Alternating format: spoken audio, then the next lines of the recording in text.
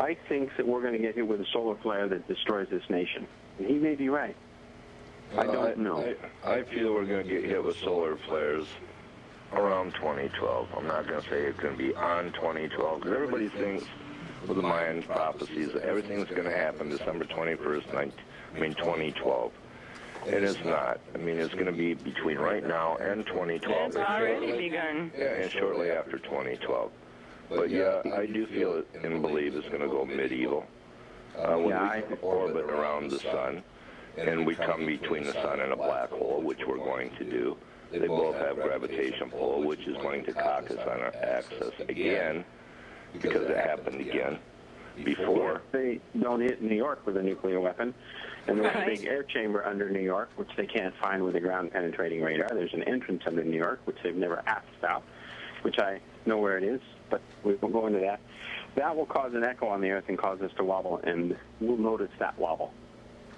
So we have all destruction. We have solar flares. We have the earthquakes. We have Thunder Horse. We have the economy. Everybody knows is going downhill. There's no hope for that. What do we, the people, do?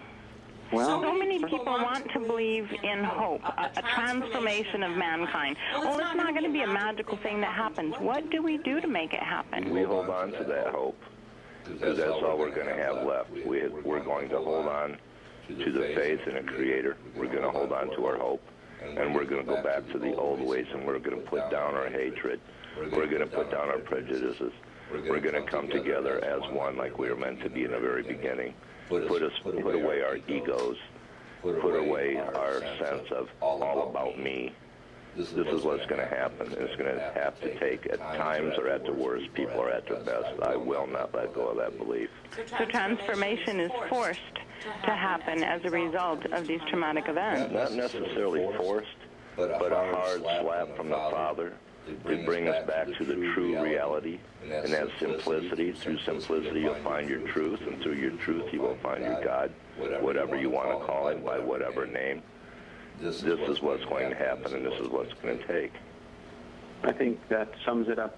That sums it up pretty well. I mean, wow, you've been doing a lot of thought on this one. I've been exposing what's happening, but the exposure time is over now. Nobody came knocking at my door to stop the sale of military records or stop the destruction of the planet, so somebody wants it to happen. And as they move down this road, you're right, we're just going to have to... I couldn't have summed it up any better. I'm speechless. No, this is what has run through my mind pretty much from the beginning when I was a teenager and started seeing all this. And when I died in 1999 for 4 minutes, everything, wherever I went, I'm not saying I went to heaven because I don't know where I was, I went. But they showed me my life up to the time I died. They showed me the future, a lot of things I had seen on my own ability, but a lot of things I hadn't, but everything they showed me has come to pass exactly when and how they said, and I have no reason to believe that what else is to come will not happen, because everything else has. So you saw the destruction of these cities on the East Coast? Yes. Unfortunately, so have I, and when I saw it, my face turned red and my eyes got bloodshot. And my wife walked into my office and she says, "My God, you've been sunburned sitting here." I said, "What do you mean?" She says, "Your face is sunburned." And I said, "I'm looking at it's a really fat nuclear weapon in New York City, and I could tell them it's between two piers, not between two bridges, which is why I originally saw it.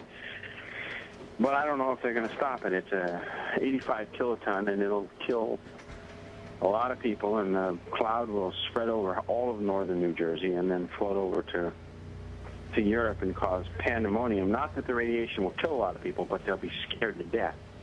The government will use that opportunity to institute more martial law and more destruction. And well, even astrology predicted beginning November of 2010, late fall of 2010 anyway, is where the major things start happening.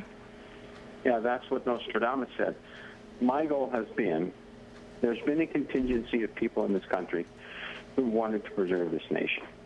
That's why they apprehended a dozen bombers between the 10th of October and the 23rd of November. Well, I predicted 20 years ago I said there's sharks in our lakes, in the Great Lakes. I said there's sharks in the Mississippi River. Everybody, as usual, thought I was crazy. A year ago, they found out there's 11-foot bull sharks in the Mississippi and in our Great Lakes. Oh, my God. You're kidding. A rare form of bull shark up in Canada. So wow. They had a problem believing that sharks in the Great Lakes and the Mississippi River and a few small lakes that the Mississippi feeds into, if they can't deal with sharks in fresh water, how are they going to deal with this stuff that we're talking about? But the thing is, it always takes finding bodies from shark attacks in the Mississippi. To say, wow, there's a moose. And they call out all these scientists and say, wow, these are shark bites. And they send divers and they film the sharks under the water. They're always saying that the government doesn't expose anything. Well, a lot of people in the government are saying these things. It's just that the media is controlled by one man, Rupert Murdoch, and they release what they want to release. We have 20 million listeners. The best program in New York City has 4.7 million listeners on a good day. And they bring in $500 million of advertisement a year. Unbelievable. If you've got a show that reaches 21 million people, you're talking $1.5 to $2 billion in advertising a year. And yet Seattle is closing our show down. Why would Seattle give up $1 to $2 billion of advertising a year?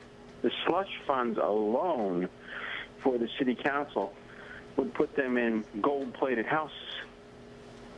Because somebody is controlling somebody. You're right. Transformation has to begin in our hearts. That's what's going to change mankind. And hold on to their hopes. That's right. We enjoyed having you again, Bill. Wow, thank you. I hope I don't get you thrown off the air. Don't worry about it. And hold on to the hopes, because it does make a difference. Thanks for joining us on Spirit Walker. Be well, my friend. Be well, my friend.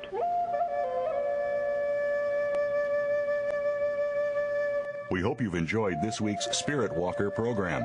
Dr. Jeffrey Pierce and Cindy Pierce invite you to join us again next Wednesday at 10 a.m. Pacific Time, 1 p.m. Eastern Time on Seventh Wave Network, and find guidance in your spiritual life.